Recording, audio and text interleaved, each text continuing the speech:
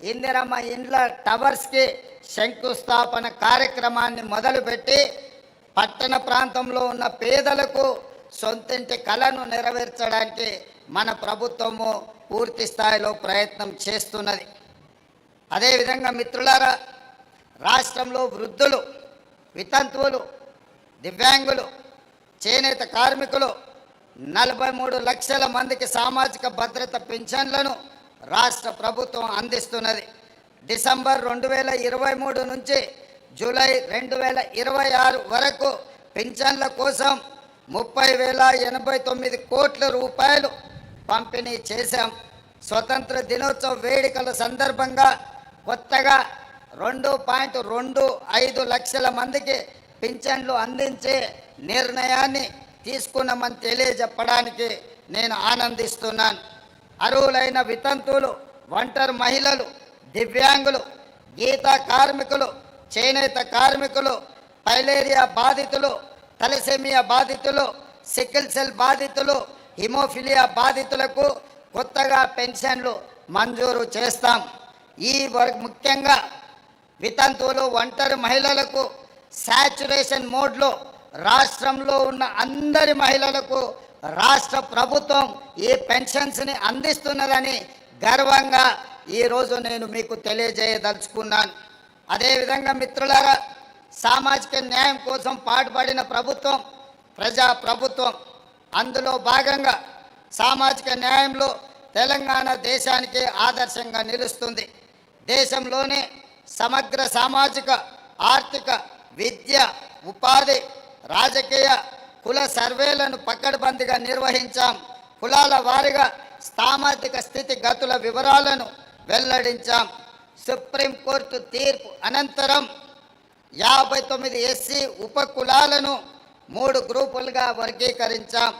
దేశంలో ఎస్సీ ఉపకులాల వర్గీకరణను అమలు చేసిన తొలి రాష్ట్రంగా తెలంగాణ చరిత్ర సృష్టిస్తుంది. 1931లో బ్రిటిష్ పరిపాలనలో ఈ దేశంలో కులగణన జరిగింది. దాదాపుగా 100 సంవత్సరాలలో ఏ ప్రభుత్వాలు కూడా బలహీన వర్గాల కులగణను చెయ్యాలని ఆలోచన చెయ్యలేదు. ఈనాడు తెలంగాణ రాష్ట్ర ప్రభుత్వం ఈ కార్యక్రమాన్ని విజయవంతంగా పూర్తి చేసి కేంద్ర ప్రభుత్వానికి నివేదిక అందించడం ద్వారా ఈనాడు జనగణనలో కులగణన చేయడానికి కేంద్ర ప్రభుత్వం నిర్ణయం తీసుకున్నది. దానికి తెలంగాణ మోడల్, తెలంగాణనే ఆదర్శం కావడం గర్వకారణం.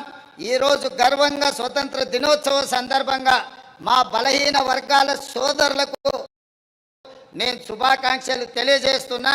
కేంద్ర ప్రభుత్వం కూడా జనగణనలో కులగణన చెయ్యాలని ఈరోజు నిర్ణయం తీసుకున్నది.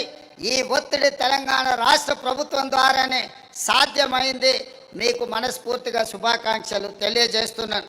అదేవిధంగా బీసీలకు రాజకీయాలు, విద్య, ఉద్యోగాలలో 42% రిజర్వేషన్లు కల్పించే బిల్లులను శాసనసభలో ఆమోదించి కేంద్ర ప్రభుత్వానికి పంపించడం జరిగింది. ఎస్సీ, ఎస్టీ, బీసీ, మైనారిటీ సంక్షేమానికి తెలంగాణ మొత్తం వ్యయంలో 12.4% కేటాయించడం జరిగింది.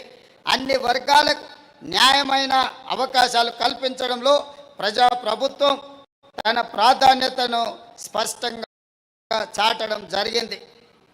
అదేవిధంగా మిత్రులారా, 12 సంవత్సరాలుగా పెండింగ్లో ఉన్న కనీస వేతనాల సవరణను ప్రజాప్రభుత్వం ఆమోదించడం జరిగింది. సుమారు 1,11,00,000 మంది కార్మికులకు ప్రయోజనం కల్పించాం. నైపుణ్యం లేని కార్మికులకు కనీస నెలవారీ వేతనాన్ని ₹16,000కు, సెమీ స్కిల్డ్ కార్మికులకు 17,000 రూపాయలకు, స్కిల్డ్ కార్మికులకు 18,500 రూపాయలకు, హైలీ స్కిల్డ్ కార్మికులకు 20,000 రూపాయలకు జీతాలు పెంచడం జరిగింది. దేశంలోనే ఆదర్శవంతంగా గిగ్ కార్మికుల సంక్షేమ చట్టం అమలులోకి తీసుకువచ్చాం. గిగ్ కార్మికులకు చట్టబద్ధత, గుర్తింపు, ప్రత్యేక సంక్షేమ బోర్డు, సంక్షేమ నిధి, సామాజిక భద్రత కల్పించే చట్టాన్ని తీసుకువచ్చాం.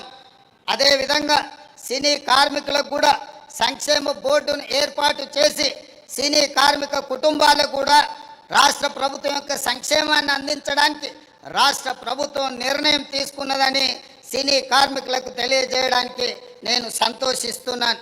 అదేవిధంగా అన్నిటికంటే కీలకమైన ముఖ్యమైన నిర్ణయాన్ని రాష్ట్ర ప్రభుత్వం తీసుకోవడం జరిగింది.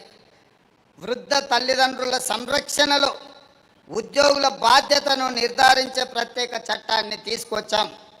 కష్టపడి పెంచి పెద్ద చేసి చదివించిన తల్లిదండ్రులకు వృద్ధాప్యంలో సహాయంగా ఉండాల్సిన కుటుంబ సభ్యులు సహాయ నిరాకరణ ద్వారా నిర్లక్ష్యాన్ని